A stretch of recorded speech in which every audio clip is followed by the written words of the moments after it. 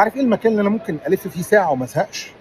المكان ده ابل ستور الجيمي مول. المكان ده مش مجرد ستور عادي، المكان ده عالم تكنولوجي متكامل لأجهزة بأحدث إصداراتها بتجمع ما بين الفخامة والقوة، وطبعا أحدث تكنولوجيا موجودة في العالم. أنواع فرعية من كل أجهزة عشان تتناسب مع المستخدم. تبدأ من أجهزة خفيفة الاستخدام زي إصدارات النيو في الماك، والإير للاستخدام المتوسط والعالي شوية، وبعد كده البرو للاستخدام الجامد قوي، مع اختلاف أحجام الشاشات وأنواع المعالجات الجديدة زي الماك بوك، الاير والبرو والماك ميني والماك ستوديو. دلوقتي كمان معالجات الام 5 بتدعم الذكاء الاصطناعي بشده. خدت لفه برضو في الايبادات والقلمه اللي بتتلزق في الايباد التحفه دي، وشويه الموبايلات اللي طالعه جديد، وانت بتلف كده بتحس ان انت في عالم كبير من التكنولوجيا والفخامه. برضو التيم برضو اللي متعاون بشكل فظيع، بيديك معلومات دقيقه جدا وبيساعدك في الاختيار. ويا باشا الاجهزه قدامك كلها، جرب اللي انت عايزه. يعني يا باشا لو حابب تجرب اتفضل جرب. حاطين كمان 2 فيجن برو اللي هي النضاره الجديده بتاعت ابل، واستمتع